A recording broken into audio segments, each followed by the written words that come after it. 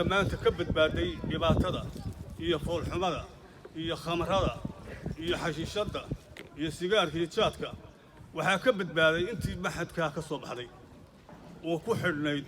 oo wax ka baranaysay اللهم صل على سيدنا محمد وعلى آله وصحبه وسلم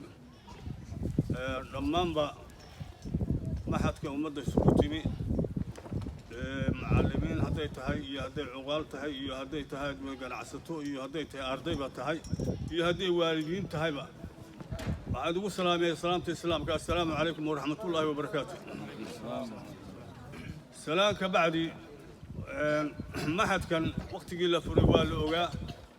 2010 ilaa waqtiga maanta aynu joogno inta waxaa ka baxay marba dacfad baa ka baxaysay aad iyo aad bana degmadu ugu baahnayd in maxad laga furo taleex laga furo oo ardadaasi maalin walbaba dafcad ay ka soo baxdo waxaanu qiraynaa oo aanu ilaahay la hortagaynaa dadkii ka soo baxay maxadka ka soo baxay ayaa inta maanta ka badbaaday dhibaatada iyo foolxumada iyo khamrada iyo xashiishada iyo sigaarka iyo jaadka waxaa ka badbaaday intii maxadka ka soo baxday oo ku xidhnayd